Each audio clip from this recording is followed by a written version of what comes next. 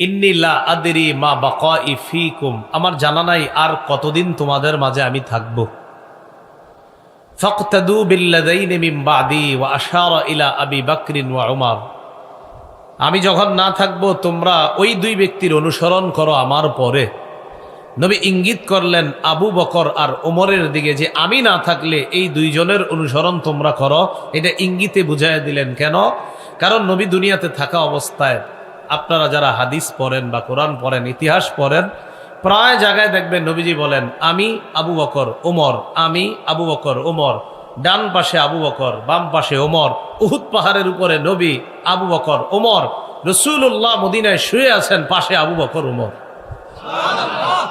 এগুলা থেকে বোঝা যায় যে আমার পরে মুসলমানদের সবচেয়ে শ্রেষ্ঠ দায়িত্বটা পাবে আবু বকর, এরপর পাবে ওমর। এটা বোঝা যায় হাদিস দ্বারা। উহুদ পাহাড়ের উপর দাঁড়ায় আছে, উহুদ পাহাড় নড়াচড়া করতেছে। রাসূলুল্লাহ সাল্লাল্লাহু আলাইহি সাল্লাম বলেন, উহুদ থামো, তোমার উপরে একজন নবী আছে, একজন সিদ্দিক আছে, একজন শহীদ আছে। নবী মানি আমি, সিদ্দিক মানি আবু বকর, আর শহীদ মানি ওমর ফারুক রাদিয়াল্লাহু তাআলা। রাসূলুল্লাহ সাল্লাল্লাহু আলাইহি সাল্লাম পরবর্তী খলিফার নাম সরাসরি বলেন নাই, তবে ইশারা ইঙ্গিতে বোঝা যায় কে হবেন পরবর্তী খলিফা। তাহলে বলেন তো, মুসলমানদের খলিফা হওয়ার 4 পদ্ধতির প্রথমটা আমরা জানলাম ইশারা। দ্বিতীয় পদ্ধতি, জীবিত খলিফা পরবর্তী খলিফার নাম ঘোষণা করে যায়। আবু বকর সিদ্দিক রাদিয়াল্লাহু তাআলা বিভিন্ন সাহাবীদের থেকে পার্সোনালি পরামর্শ নিলেন, ডাকলেন, আচ্ছা ওমর কেমন? তো অনেকে বলে ওমর তো অনেক ভালো, কেউ কেউ আবার বলছে ওমর সব দিক দিয়ে ঠিক আছে কিন্তু রাগটা একটু বেশি, এরকম বলছে। আবু বকর সিদ্দিক বলেন, তোমরা যে কি বলো, আমি তো ওমরের চাইতে যোগ্য ব্যক্তি পৃথিবীতে আর কাউকে দেখছি না। আবু বকর সিদ্দিক জীবদ্দশায় পরবর্তী খলিফার নাম ঘোষণা করে গিয়েছেন যে ওমর সবচেয়ে যোগ্য ব্যক্তি। তাহলে মুসলমানদের খলিফা নির্বাচনের দ্বিতীয় পদ্ধতি পাইলাম, জীবিত ব্যক্তি পরবর্তী খলিফার নাম সরাসরি ঘোষণা করে গেছে। 3 নাম্বার পদ্ধতি, জীবিত খলিফা কয়েকজনের একটা সদস্য গঠন করে দিবেন, এটাকে বলা হয় মজলিসে শুরা। তাদেরকে দায়িত্ব দিবেন যে তোমরা পরামর্শ করে পরবর্তী খলিফা নির্বাচন করবা। ওমর ফারুক রাদিয়াল্লাহু তাআলা 6 জনের একটা শুরা সদস্য গঠন করে দিছে। এই 6 জনকে দায়িত্ব দিলেন পরবর্তী খলিফা নির্বাচন করতে। তাহলে 3 নাম্বার পদ্ধতি আমাদের কাছে স্পষ্ট, জীবিত খলিফা পরবর্তী খলিফা নির্বাচনের দায়িত্ব দিবে শুরা কমিটির উপর। 4 নাম্বার পদ্ধতি, জনগণের মধ্যে একদল অভিজ্ঞ মানুষ মুসলমানদের একজনকে খলিফা হিসাবে মেনে নিয়ে তার হাতে বায়াত হবে, তখন অন্যান্যরাও তার হাতে বায়াত হবে। এটা 4র্থ পদ্ধতি। এটাকে আবার সরাসরি অবাধে জনগণ বলা যায় না, বিশেষ জনগণ বলা যায়। এটা দ্বারা অনেকে অনেক কিছু বুঝাইতে চায় 4র্থ পদ্ধতি দ্বারা, যে জনগণ নির্বাচন করা মানে কি। এই জনগণ দ্বারা উদ্দেশ্য অবাধে জনগণ না, এই জনগণ দ্বারা উদ্দেশ্য বিশেষ জনগণ তাদের খলিফা নির্বাচন করবে, বায়াত হবে, আর অন্যান্য জনগণ আস্তে আস্তে তার হাতে বায়াত হবে। তাহলে আবু বকর সিদ্দিক খলিফা হলেন ইশারার মাধ্যমে, ওমর ফারুক রাদিয়াল্লাহু তাআলা আন খলিফা হলেন, আবু বকর সিদ্দিক নির্বাচন করে গেছেন। উসমান গনি রাদিয়াল্লাহু তাআলা আনহু খলিফা হলেন শুরা কমিটির মাধ্যমে।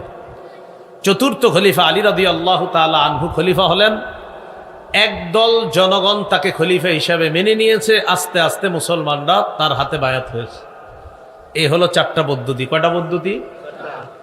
এই 4 পদ্ধতি মাথায় রাখলে, একদম মন দিয়ে শুনবেন, মাথায় একদম এদিক সেদিক করবেন না, না হয় একদম কিছু মনে রাখবেন না। আপনারা প্রায় সময় অনেক প্রশ্নের সম্মুখীন হন, আলোচনাটা মন দিয়ে শোনেন, দেখবেন অনেক প্রশ্নের সমাধান পেয়ে যাবেন ইনশাআল্লাহ। রাসূলুল্লাহ সাল্লাল্লাহু আলাইহি সাল্লাম মদিনায় আগমন করার আগে ইহুদিদের ইবাদতখানা ছিল মদিনায়, ইহুদিদের বড় বড় আলেম ছিল মদিনায়।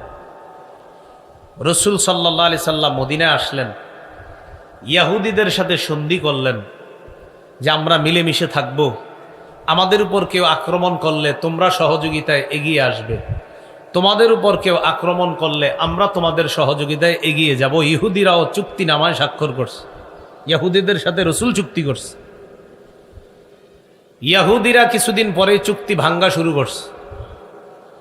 রসুল সাল্লাল্লাহু আলাইহি সাল্লামের জনপ্রিয়তা দেখে ইহুদিরা সহ্য করতে না পেরে চুপে চুপে মক্কার মুশরিক আর কাফেরদের সাথে আতাত করা শুরু করলো। মক্কার মুশরিকদের সাথে মিলেমিশে ইহুদিরা গোপনে প্ল্যান করলো আল্লাহ রসুলকে হত্যা করবে। বাস্তবিক অর্থে একদিন আল্লাহ রসুল সাল্লাল্লাহু আলাইহি সাল্লামকে ইহুদিরা দাওয়াত দিল। নবীজি কয়েকজন সাহাবী নিয়ে গেছে। যাওয়ার পর ইহুদিরা বলতেছে, ইয়া রসুল আল্লাহ, আপনার সাথে কিছু পার্সোনাল কথা ছিল আমাদের। বলো। আপনার সাথে যে সাহাবীরা আছে তাদের সামনে বলা যাবে না। নবীজি সাহাবীদেরকে বললেন, তোমরা যাও। সাহাবীদের মনে সন্দেহ লাগছে, ঘটনা কি, আমাদেরকে কেন থাকতে দিচ্ছে না ইহুদিরা? তো সাহাবীদেরকে একটু দূরে পাঠিয়ে দিয়ে রসুলকে এক জায়গায় বসাইছে। পিছনে একটা দেয়াল ছিল, সেখানে রসুলের সাথে কথা বলতেছে ইহুদিরা। আরেকজনকে পাঠাইয়া দিছে দেয়ালের উপর, যা ওখান থেকে একটা পাথর মারো নবীর উপরে। রাসূলুল্লাহ সাল্লাল্লাহু আলাইহি সাল্লাম সেখানে বসা, একজন পাথর নিয়ে উপরে উঠতেছে।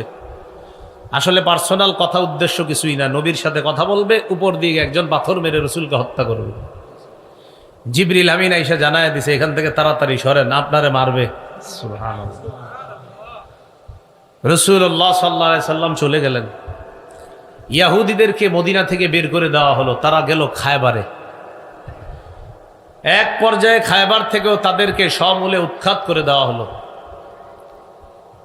মুসলমানদের উত্থান আর ইসলামের প্রচার প্রসার শুধু মদিনায় সীমাবদ্ধ না, আন্তর্জাতিক পরিমণ্ডলেও ইসলামের প্রচার প্রসার।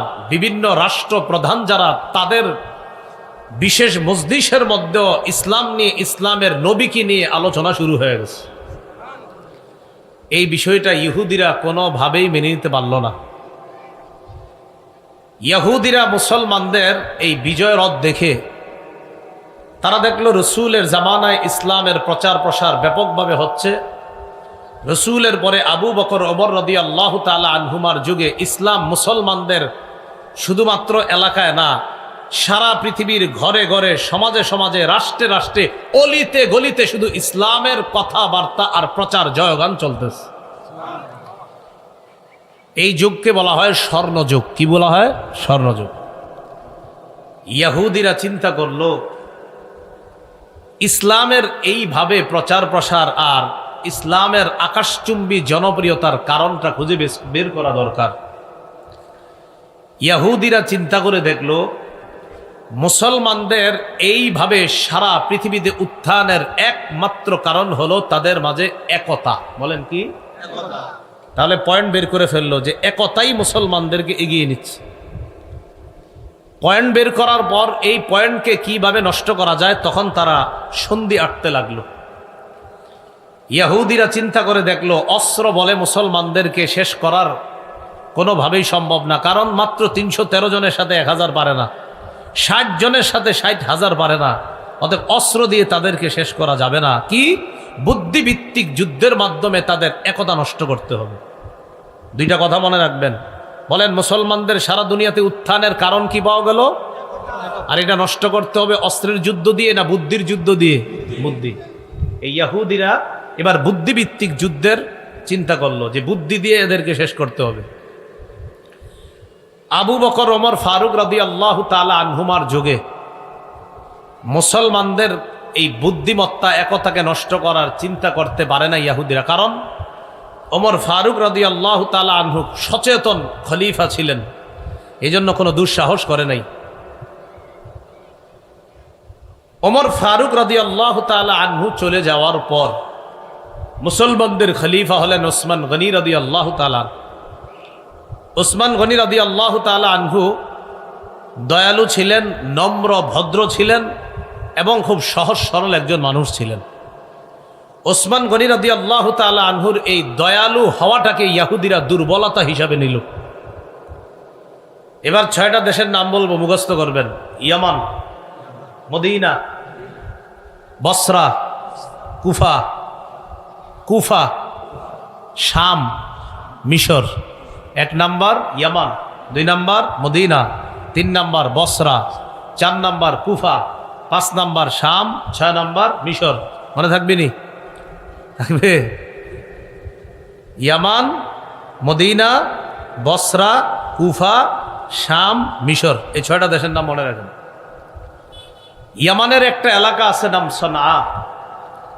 এই সনাতে এক ইহুদির জন্ম হয়, তার নাম আব্দুল্লাহ ইবনে সাবা। বলেন কি নাম? এই নামটা সারা জীবন মনে রাখবেন। মনে রাখবেন মুসলমানদের একতা নষ্ট করাই যেই খলনায়ক, তার নাম আব্দুল্লাহ ইবনে সাবা। বলেন তো মুসলমানের উত্থানের কারণ কি? একতা। একতা নষ্ট করবে কি যুদ্ধ দিয়ে? বুদ্ধির। এই একতা নষ্টকারীর খলনায়কের নাম কি? সাবা। জন্ম কোথায়? ইয়ামানে। ইয়ামানের আব্দুল্লাহ ইবনে সাবা চিন্তা করলো একতা নষ্ট করা যায় কিভাবে। একতা নষ্ট করার জন্য লম্বা সময় ফিকির করছে। ফিকির করে আবু বকর ওমরের জামানায় একতা নষ্ট করার এই সিদ্ধান্তে সে যে বাস্তবায়ন করবে, এই সাহস সে দেখাইতে পারতেছে না। কারণ হযরত ওমর ফারুক খুব সচেতন, কোনোভাবে টের পাইলে ওর অবস্থা খারাপ হয়ে যাবে, এটা সে ভালো করে জানে। এই জন্য সে হযরত উসমান গনির শাসন আমলকে দুর্বলতা হিসাবে নিল, কারণ উসমান গনি খুব দয়ালু মানুষ। আব্দুল্লাহ ইবনে সাবা ইয়ামান থেকে রওনা করলো মদিনায়। মদিনায় আইসা জনগণের সামনে কালিমা পড়ে মুসলমান হইল। এই মুসলমান মানি বাস্তবিক মুসলমান না, এটা হলো তাদের সামনে একটা লেবাস ধরছে মুসলমানের। বড় দাড়ি, আল্লাহওয়ালা বুজুর্গ, সারাক্ষণ ইবাদতে কাটায় আব্দুল্লাহ ইবনে সাবা। একদিন ওসমান গনি রাদিয়াল্লাহু তাআলা আনহুকে বলল, আপনি চাইলে আমাকে মদিনার কোনো দায়িত্ব দিয়ে দিতে পারেন। ওসমান গনি রাদিয়াল্লাহু তাআলা আনহু বললেন, মদিনার দায়িত্ব তোমাকে দিব? হযরত ওসমান গনি যেহেতু একজন শাসক, উনি বুদ্ধির মাধ্যমে চিন্তা করে দেখলেন এই লোকের সিদ্ধান্ত আর এই লোকের চিন্তা চেতনা মনে হয় তেমন একটা ভালো না। ওসমান গনি বুঝতে পারছে, সরাসরি বলে দিলেন, তুমি যোগ্য না কোনো দায়িত্বের। আব্দুল্লাহ ইবনে সাবা তাকে অযোগ্য বলার কারণে এবার সে কি করলো, ওসমান গনি রাদিয়াল্লাহু তাআলা আনহুর বিরুদ্ধে কিভাবে কুচ্ছা রটনা যায়, এই জন্য সে কয়েকটা বিষয় অন্যান্য সহজ সরল মুসলমানদের মাঝে প্রচার করতে লাগলো। সহজ সরল মুসলমানদেরকে বুঝাইল যে আলী রাদিয়াল্লাহু তাআলা আনহু জীবিত থাকতে হযরত উসমান কিভাবে খলিফা হয়, দেখেন কেমনে বুঝায়। তো অন্যরা কয় কিভাবে? আলী হলেন একজন হাশিমি বংশের লোক, নবীজির মেয়ের জামাতা, হযরত আলীর জ্ঞান বুদ্ধিও সবচেয়ে বেশি। উনি থাকতে উমাইয়া বংশের উসমান কিভাবে খলিফা হয়? তো সহজ সরল মুসলমানদের অনেকে কয় ঠিকই তো। তো মোটামুটিভাবে হযরত উসমানের বিরুদ্ধে একদল মুসলমান তৈরি করে ফেলছে সে। এটা কিন্তু আমাদের মাঝেও আছে, দেখবেন যদি আপনার এই আমাদের দেশেও আছে এরকম। যেমন বর্তমান যে খতিব আপনাদের মসজিদের, এই বেচারা আছে 20 বছর ধইরা, ঘটনাচক্রে আরেকজন এই মসজিদে আপনারা ঢুকাইবেন। এখন নতুন করে ওনার কোনো দোষ নাই, কি কওয়া যায় করে আমগো এলাকার এত বড় হুজুর থাকতে হেরে কিল্লে জ্ঞানে রাখবো, এরকম একটা দুর্বলতা আর কি। আলী রাদিয়াল্লাহু তাআলা আনহু যোগ্য অনেক বড় আলেম, কোনো সন্দেহ নাই। হযরত আলী রাসূলের মেয়ের জামাতা, কোনো সন্দেহ নাই। হযরত আলী রাদিয়াল্লাহু তাআলা হাশিমি বংশের অনেক বড় যোগ্যতার অধিকারী, কোনো সন্দেহ নাই। কিন্তু কথাটা কেমনি কইছে দেখেন, আলী থাকতে উসমান কিভাবে খলিফা হয়? তো অনেকে এই টোপটা গিলছে, কয় হ্যাঁ ঠিকই তো, কিভাবে হয়? হযরত আলী রাদিয়াল্লাহু তাআলা আনহুর ব্যাপারে এইগুলা বলা বলে শুরু করছে। আলীর কানে কিন্তু এগুলা যায় নাই, কারণ হযরত আলীর কানে যদি এগুলা যাইতো তো ওরে সহায়তা করত। হযরত উসমান গনি তার দূরদর্শিতা বুঝতে পেরে তাকে মদিনা থেকে বের করে দিয়েছে। আসছে কোত্থেকে?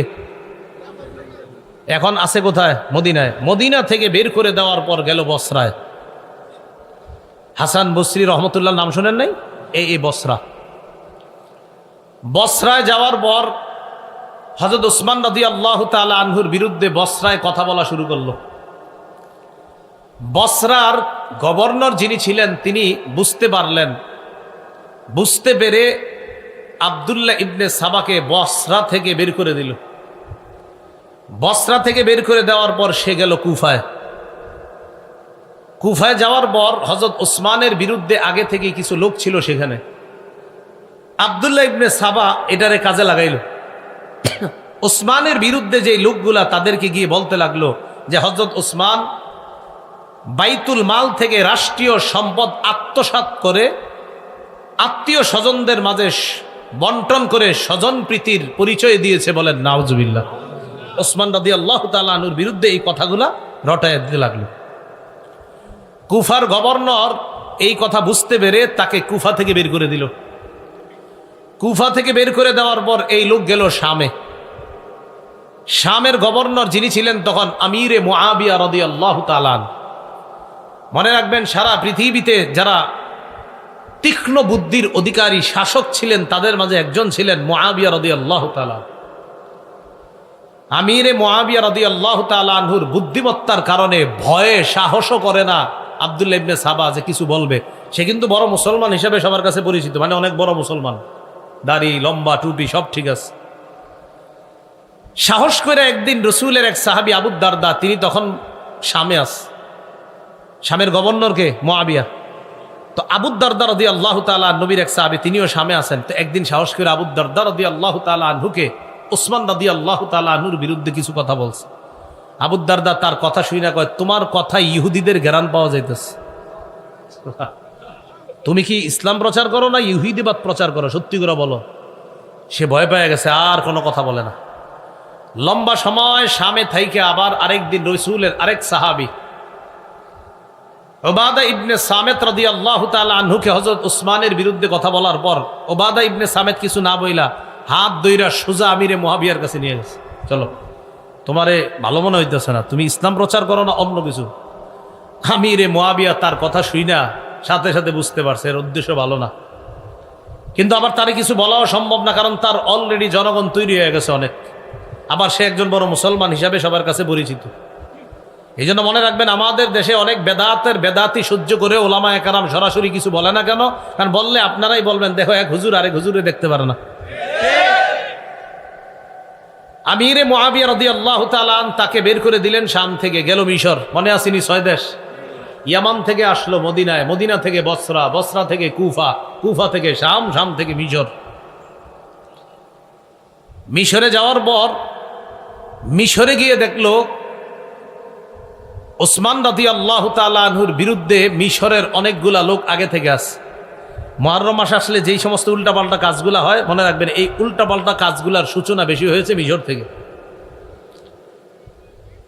মিশরে যাওয়ার পর সে তার মতবাদ ভালোভাবেই প্রচার করতে লাগলো। তার মিশন বাস্তবায়ন করার জন্য সে মিশরকে বেছে নিল। মিশনের জন্য মিশর, মিশর বাস্তবায়নের জন্য মিশর। লম্বা একটা সময় অতিক্রম করলো সেখানে এবং বড় একটা দল তৈরি করে ফেলছে। ততক্ষণ পর্যন্ত মিশরের গভর্নর তার দুর্বিসন্ধি বুঝতে পারে নাই। এক পর্যায়ে যখন বুঝতে পারলো, ততক্ষণে সে তার বিশাল এক জামাত তৈরি করে ফেলছে। মিশরের গভর্নর তাকে মিশর থেকে বের করে দিল। কিন্তু এবার আর সে একা না, লম্বা সময় থাকার কারণে বিশাল বড় এক বাহিনী নিয়ে সে রওনা করলো। আগে থেকে তার কিছু বাহিনী ছিল বসরায় আর কুফায়, 3 জায়গায় মোটামুটি সফল, বসরা, কুফা আর মিশর। এই 3 জায়গা থেকে তার মোটামুটি একটা দল নিয়ে রওনা করলো আবার মদিনায়। মদিনার খলিফাকে ওসমান গনি রাদিয়াল্লাহু তাআলা। মদিনায় না ঢুইকা মদিনার আশেপাশেই প্রচার চালাইতে লাগলো। হযরত ওসমানের বিরুদ্ধে কয়েকটা কথা বলতে লাগলো। মনে রাখবেন, 1, ওসমান স্বজন প্রীতি করে, আওয়াজ দিয়ে বলেন নাউজুবিল্লাহ। 2 নাম্বার, হযরত ওসমান কম বয়সী সাহাবীদেরকে অথবা কম বয়সী যুবকদেরকে বিভিন্ন এলাকার গভর্নর বানায় দিছে। এটা ওসমানের বিরুদ্ধে হুদাই মানে একটা কথা বইলা তো বলতে হবে। 2 অভিযোগ। 3 নম্বর অভিযোগ, ওসমান মারওয়ান ইবনে হাকামকে মক্কায় ঢোকার অনুমতি দিস। 4 নম্বর অভিযোগ, আব্দুল্লাহ ইবনে সাদ যিনি আফ্রিকার বিজেতা, এই আব্দুল্লাহ ইবনে সাদকে হযরত ওসমান অনেক পুরস্কার দিয়েছে, এটা ঠিক করে নাই। এইগুলা বইলা তার দলে অনেক লোক তৈরি করে ফেলছে। ওসমান গনি রাদিয়াল্লাহু তাআলা তার ব্যাপারে শুই না যে এই লোক তো আবার ঝামেলা শুরু করছে। এবার ওসমান গনি তাকে ডাকলো। সে তার দল বল নিয়ে ওসমান গনি রাদিয়াল্লাহু তাআলা আনহুর কাছে আসছে। ওসমান গনি রাদিয়াল্লাহু তাআলা তাদেরকে জিজ্ঞাসা করলেন, আচ্ছা তোমাদের সমস্যা কোথায়? তো এবার বলতে লাগলো 4টা সমস্যা। 1 নাম্বার, আপনি বাইতুল মাল রাষ্ট্রীয় সম্পদ আপনার আত্মীয় স্বজনদেরকে দিয়ে আপনি স্বজন প্রীতি করলেন। ওসমান গনি রাদিয়াল্লাহু তাআলা আনহু জবাব দিলেন যে দেখো, আল্লাহ আমারে এত সম্পদ দান করছে, আমি এ পর্যন্ত খলিফা হিসাবেও রাষ্ট্রীয় কোষাগার থেকে একটা টাকাও ভাতা গ্রহণ করি নাই, উল্টা আমার আত্মীয় স্বজনদেরকে দেওয়া দূরের কথা, আমি আমার বেতনটা পর্যন্ত আজও পর্যন্ত রাষ্ট্রীয় কোষাগার থেকে নেই। আমি যা দান করি সব আল্লাহ প্রদত্ত নেয়ামত, আল্লাহ আমার সম্পদ দিছে, আমার সম্পদ থেকে আমি দান করি। 2 নম্বর অভিযোগ, আপনি যুবক কম বয়সী সাহাবীদেরকে, কম বয়সী যুবকদেরকে গভর্নর বানাইছেন। কম বয়সীরা যদি যোগ্য হয় তাদেরকে দায়িত্ব দেওয়ার ইতিহাস তো নবীর যুগে আছে। সুবহানাল্লাহ। কোথায় আছে? আব্দুল্লাহ ইবনে সাবা আর কি জানবো? ওসমান গনি বললেন, রসুলের নাতি উসামা ইবনে যায়েদ রাদিয়াল্লাহু তাআলা আনহু, কি নাম? উসামা। এই উসামার বয়স যখন 17, উসামাকে আমির বানায়া বয়স্ক সাহাবীদেরকে তার নেতৃত্বে আল্লাহ রসুল বিভিন্ন যুদ্ধে পাঠানোর ইতিহাস আছে। তাহলে এরকম কম বয়সী একজন সাহাবীকে রসুল আমির বানায়া বয়স্ক সাহাবীদেরকে তার দলে দিয়েছেন। এখান থেকেই বোঝা যায় যে কম বয়সী ব্যক্তি যদি যোগ্য হয়, তার যোগ্যতার তার আসনে তাকে বসানোটা এটা অন্যায় না। আর অভিযোগ থাকলে বলো। 3 নম্বর অভিযোগ, মারওয়ান ইবনুল হাকামকে আপনি মক্কায় ঢোকার অনুমতি কেন দিয়েছেন? রসুল সাল্লাল্লাহু আলাইহি সাল্লামের সাহাবী উসমান গনি বললেন, মারওয়ান ইবনুল হাকাম একজন মুসলমান, আর মুসলমানকে মক্কায় ঢোকার অনুমতি রসুল দিয়েছেন, এখানে আমি বাধা দেওয়ার কে? এই জন্য এটা কোনো অভিযোগই না। 4 নাম্বার, আফ্রিকা বিজয় করেছে যে তাকে আপনি এত পুরস্কার দেওয়া ঠিক করেন নাই। আচ্ছা পুরস্কার বেশি দেওয়া হয়ে গেছে? হ্যাঁ, আচ্ছা ঠিক আছে, পুরস্কার ছিনায় আনলাম, অন্তত তুমি তারপরও বিশৃঙ্খলা করো না। ওসমান গনি রাদিয়াল্লাহু তাআলা উনি ফিতনা পছন্দ করতেন না, উনি ঝগড়া পছন্দ করতেন না। উনি বললেন ঠিক আছে, পুরস্কার ফিরিয়ে আনলাম, তারপরও তুমি বিশৃঙ্খলা করো না। আব্দুল্লাহ ইবনে সাবা, ওই মুনাফিক ইয়াহুদি, সে চিন্তা করলো ঘটনা কি, এর যা কই সবই দিমানে, এটা তো তেমন কিছু করা যায় না। সে আবার তার দলবল নিয়ে চলে গেল মদিনার বাহিরে 3 মঞ্জিল দূরে। আলী রাদিয়াল্লাহু তাআলা আন, তলহা এবং জুবায়ের 3 জন প্রবীণ সাহাবী তাদের কাছে গেল আব্দুল্লাহ ইবনে সাবা। যাওয়ার পরে তাদেরকে বলল, আপনারা থাকতে ওসমান গনি খলিফা হয় কেমনে? আলী রাদিয়াল্লাহু তাআলা সরাসরি বললেন, তোমার মতলব ভালো মনে হচ্ছে না। সে দেখলো না আলী তলহা জুবায়ের তাদের কাছে বেশি চান্স পাওয়া যাবে না। এবার নতুন ষড়যন্ত্র করলো, খুব মন দিয়ে শোনেন। নিজে একটা চিঠি লেখলো আব্দুল্লাহ ইবনে সাবা। এই চিঠির মধ্যে লেখা, মিশরীরা মিশরে যাওয়ার পর তাদেরকে হত্যা করবা, আমিরুল মুমিনিনের পক্ষ থেকে নির্দেশ। আমিরুল মুমিনিনকে ওসমানের লেখা চিঠিটা না আব্দুল্লাহ ইবনে সাবার লেখা? আব্দুল্লাহ ইবনে সাবা নিজে থেকে একটা চিঠি বানাইছে, বানায় এটা লেখছে, লেখে এবার মিশরীদেরকে দেখাইছে। দেখো তার সাথে কয় দেশের লোক আছে? 3 দেশ, মিশর, বসরা, কুফা।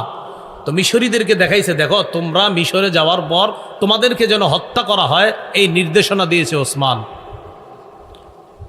এই চিঠি দেখাইতে গেছে আলী রাদিয়াল্লাহু তাআলা।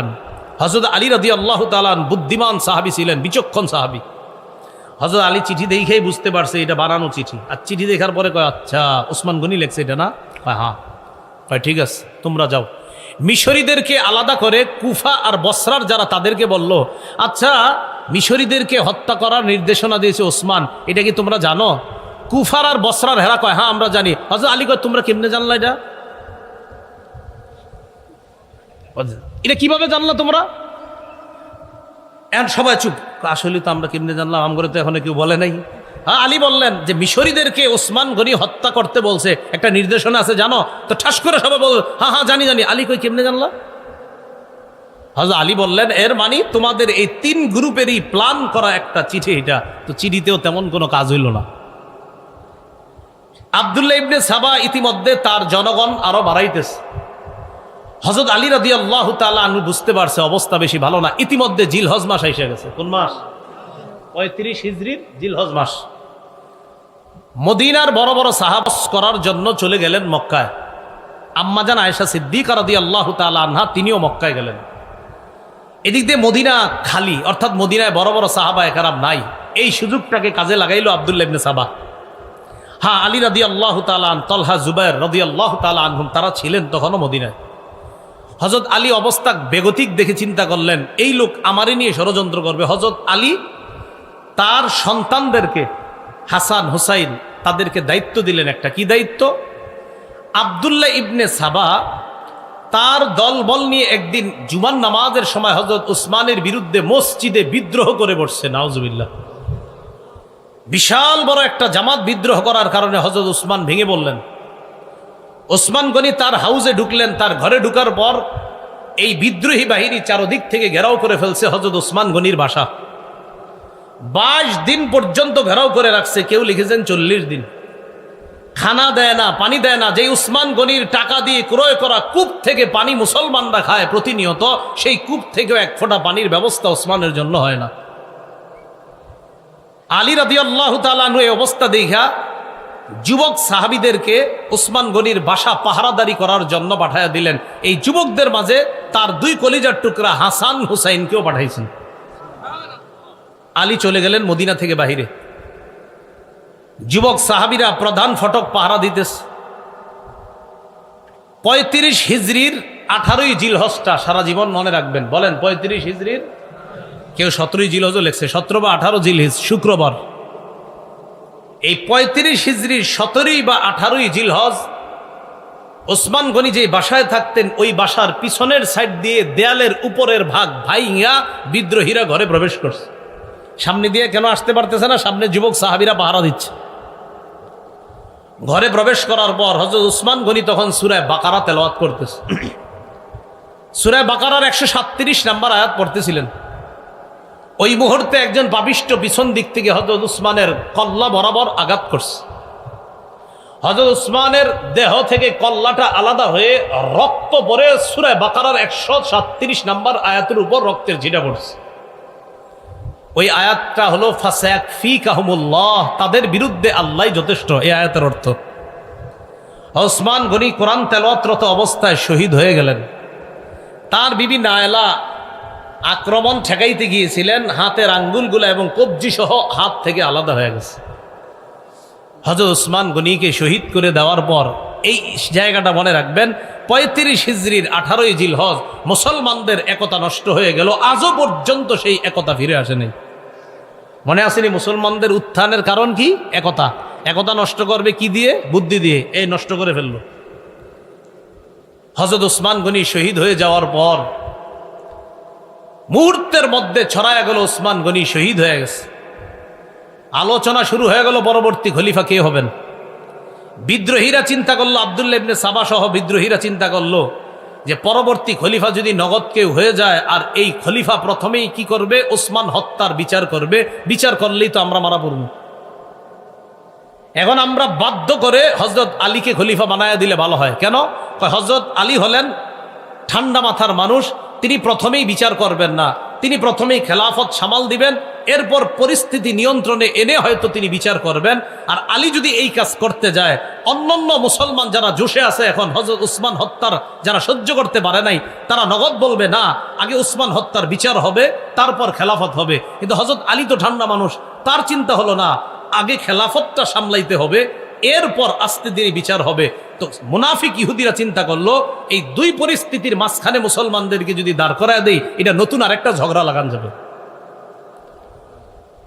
বিদ্রোহীরা আলীর কাছে গেছে, আপনি খলিফা হইতে হবে। হযরত আলী বললেন না। হযরত আলী সরাসরি বলছে, দাউনি ওয়ালতামিসু গায়রি, আমারে ছাড়ো অন্য কাউরে খলিফা বানাও। তারা আলীকে খলিফা বানাবে স্থির করলো। সাহাবায়ে কেরামের কাছে সংবাদ চলে গেল হযরত উসমান শহীদ। আম্মাজান আয়েশা সিদ্দিকা মক্কা থেকে হজ করে মদিনায় রওনা করছে। প্রতিমধ্যে সংবাদ পেলেন হযরত উসমান শহীদ হয়ে গেছে। আম্মাজান আয়েশা সিদ্দিকা মদিনায় আসার পরিবর্তে আবার মক্কায় চলে গেলেন। কেন?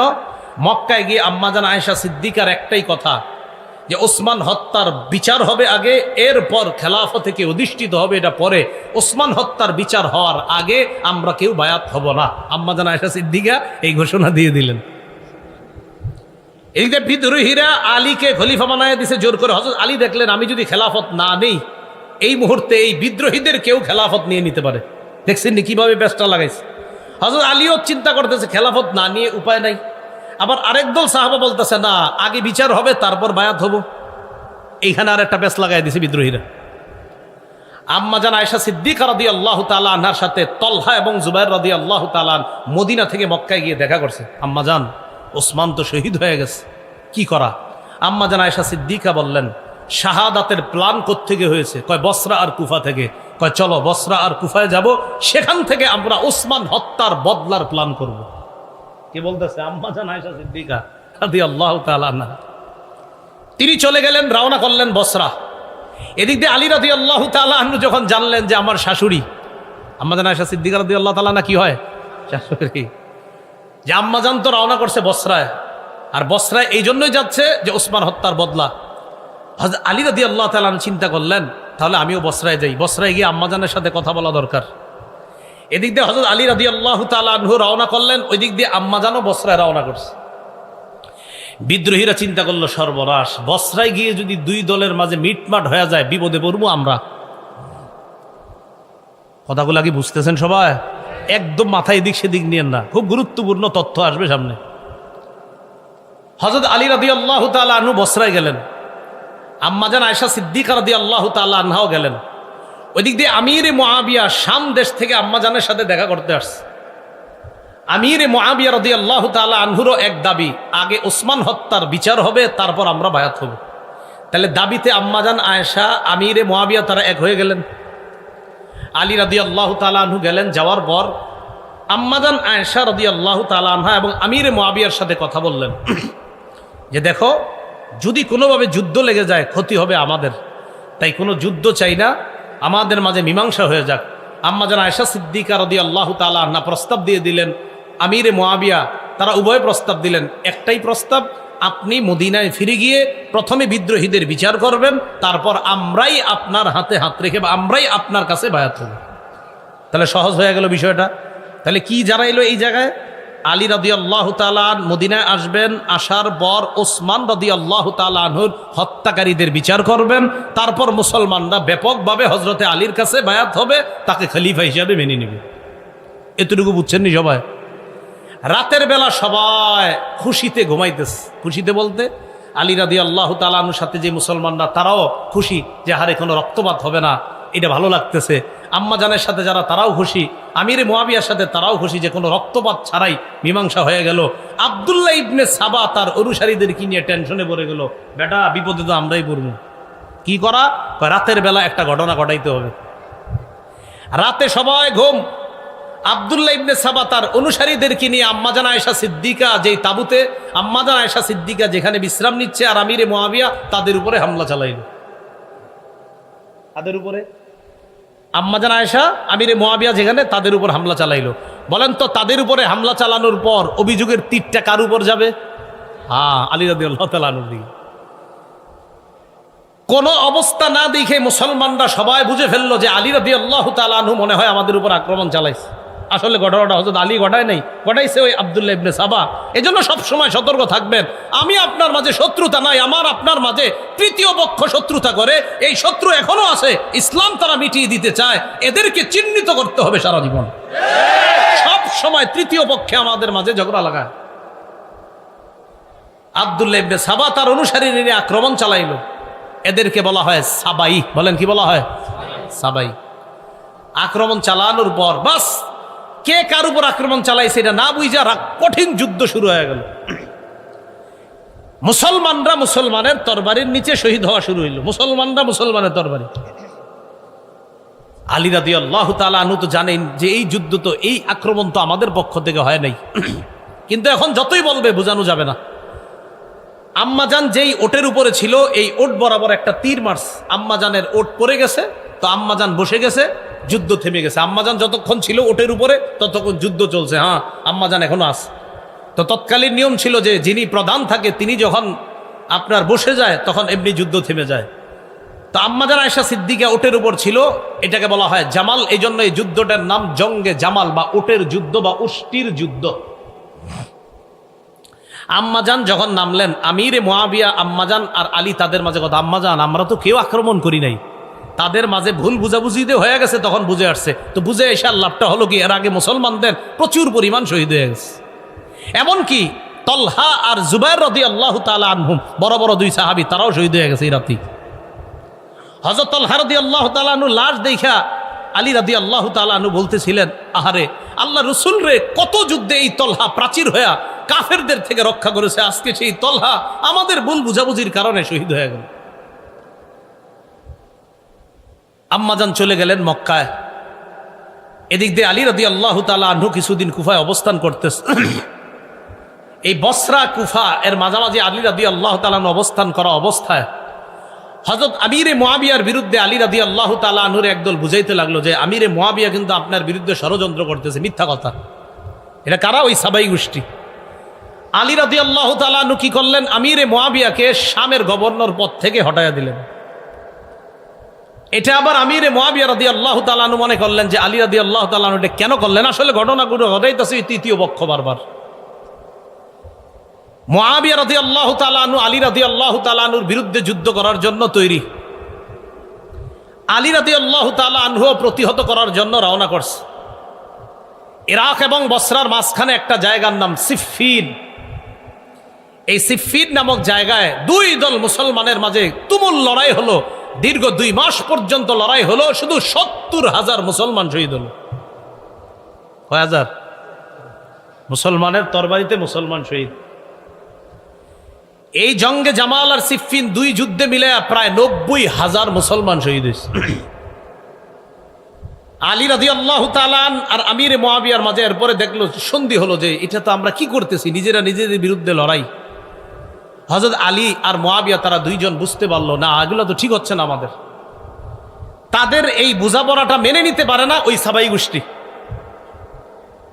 আলী রাদিয়াল্লাহু তাআলা যখন সন্ধি করলেন যে আর যুদ্ধ হবে না, তখন একদল হযরতে আলীর এই কথা মেনে নিতে পারছে না। এবার ফতুয়া দাঁড়াইলো দুইটা, তারা দুইটা ফতুয়া দিল। কয়টা?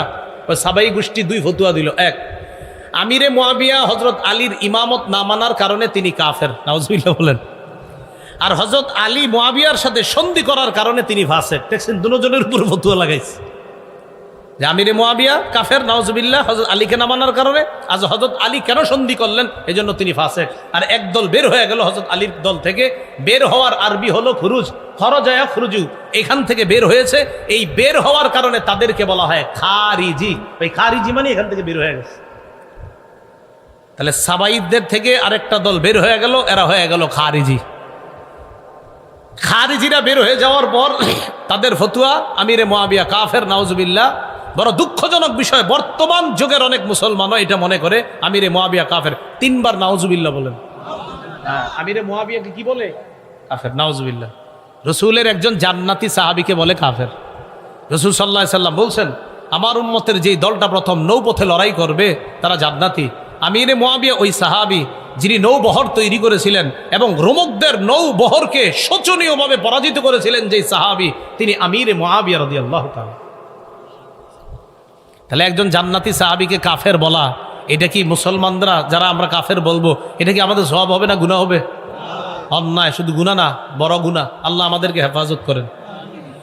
আমিরে মুআবিয়া রাদিয়াল্লাহু তাআলা আর আলী রাদিয়াল্লাহু তাআলা আনহুর মাঝে এই সাবাই আর খারিজিরা আপনার একটা দ্বন্দ্ব লাগাইয়া দিল। এবার হযরত আলী রাদিয়াল্লাহু তাআলা আনহু কোনোভাবে শাসন ভাগটা রক্ষা করার জন্য তিনি তখন মদিনা থেকে ইসলামী খেলাফতটাকে নিয়ে গেল কুফায়। কোথায়? কুফায়। এখন মুসলমানদের ইসলামী খেলাফত পরিচালনা হয় কুফা থেকে। এই যে মদিনা থেকে ইসলামী খেলাফত বের হলো, আর অদ্যাবধি পর্যন্ত ইসলামী খেলাফত আর মদিনায় আসেনি। ইসলামী খেলাফত কুফায় নিয়ে যাওয়ার পর হযরত আলী রাদিয়াল্লাহু তাআলা আনহুরে যারা মহব্বত বলে দাবি করে, তখন এই তারা দেখলো যে হযরত আলী ঠান্ডা মাথায় আস্তে ধীরে পরিস্থিতি সামাল দেওয়ার জন্য চেষ্টা করতেছে। এই পরিস্থিতি সামাল দেওয়ার চেষ্টাটাকে তারা ভালোভাবে নেয় নাই। এক দল তারা কি করলো, খারিজিরা হযরত আলীর বিরুদ্ধেই লড়াই করার জন্য তৈরি, নাউজুবিল্লাহ। হযরত আলীর মহব্বতের লোকেরা আলীর বিরুদ্ধে যুদ্ধ করবে। যুদ্ধ হলো, যুদ্ধে খারিজিরা শোচনীয়ভাবে পরাজয় বরণ করলো। খারিজিরা পরাজয় বরণ করার পর খারিজিদের কয়েকজন সন্ধি করলো, এক রাতেই আলী, মুআবিয়া আর আমর ইবনুল আসকে তারা হত্যা করবে। দেখছেন নি, এতদিন যাদেরকে বলতো কাফের, আমিরে মুআবিয়ার আলীকে এতদিন আলাদা চোখে দেখতো না, এখন তারা চিন্তা করলো না, আমগো শত্রু আলীও, মুআবিয়াও, আমর ইবনুল আস, 3 জন আমগো শত্রু। তারা চিন্তা করলো যে 3 জনকে রাতে হত্যা করতে হবে। 40 হিজরি, কত হিজরি? 40 হিজরির 15ই রমজান ফজরের নামাজ পড়ার জন্য আলী রাদিয়াল্লাহু তাআলা আনহু মসজিদে রওনা করছে। আব্দুর রহমান ইবনে মুলজিম খারিজি নামে এক ব্যক্তি হযরত আলীকে অন্ধকারে পিছন থেকে তরবারির আঘাত করছে। এই আঘাত এতটা কঠোর ছিল যে হযরত আলী এরপর মাত্র 2 দিনের মাথায় 17ই রমজান শাহাদাত বরণ করে। ইন্না লিল্লাহি ওয়া ইন্না ইলাইহি রাজিউন। তাহলে 40 হিজরির 15ই রমজান হযরত আলীকে আঘাত করা হয়, 17ই রমজান তিনি শহীদ হয়ে যান। আমিরে মুআবিয়াকে ওই রাতে আঘাত করা হয়েছে, কিন্তু তিনি প্রতিহত করতে পেরেছিলেন, তাকে তেমন ক্ষতি করতে পারে নাই। আমর ইবনুল আস ঘটনাচক্রে ওই রাতে নামাজে না বের হয়ে আরেকজনকে পাঠাইছিলেন। আরেকজনকে পাঠানোর কারণে ওই ব্যক্তি অন্ধকারে মনে করছে এটাই মনে হয় আমর ইবনুল আস, এরে মারছে। তখন আমর ইবনুল আসের পরিবর্তে ওই ব্যক্তি নিহত হয়ে গেছে, শহীদ হয়ে গেছে। তাহলে এক রাতে 3 জনের উপর হামলা চালানো হয়েছে, কেউ বলেন ভিন্ন রাতেই হামলা চালাইছে, হামলায় 2 জন শহীদ। এর মধ্যে হযরত আলী শহীদ হলেন, আমিরে মুআবিয়াকে হামলা চালানো হয়েছে, তিনি শহীদ হননি। আমর ইবনুল আস মনে করে আরেকজনকে হামলা চালানো হয়ে গেছে, তিনি শহীদ হয়ে গেছেন। হযরত আলী শহীদ হয়ে যাওয়ার পর খেলাফতের দায়িত্ব ভার আসে হযরত হাসান রাদিয়াল্লাহু তাআলা আনহুর কাছে। হযরত আলীর ছেলে হাসান রাদিয়াল্লাহু তাআলা।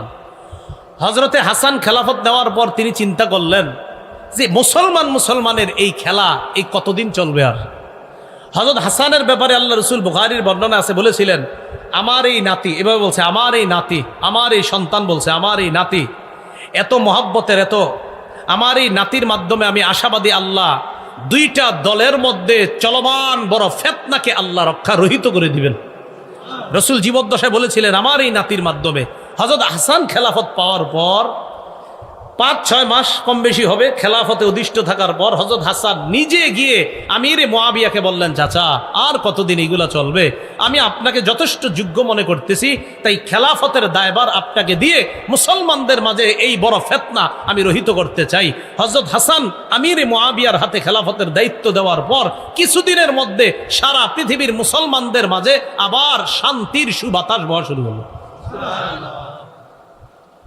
আমিরে মুআবিয়ার জামানায় ইসলাম আবার চতুর্দিকে ছড়ায় পড়া শুরু করলো। সুবহানাল্লাহ। কান্দাহার, কাবুল, বেলুচিস্তান, পাকিস্তানের লাহোর পর্যন্ত ইসলামের বিজয় পতাকা উড়ে শুরু করলো পাকিস্তান। আমিরে মুআবিয়ার জামানায় আফ্রিকার পুরো অঞ্চলগুলো, কঠিন কঠিন যে অঞ্চলগুলো যেখানে ইসলাম প্রচার করাটা কষ্ট ছিল, এই অঞ্চলগুলো আল্লাহ বিজয় দান করলেন।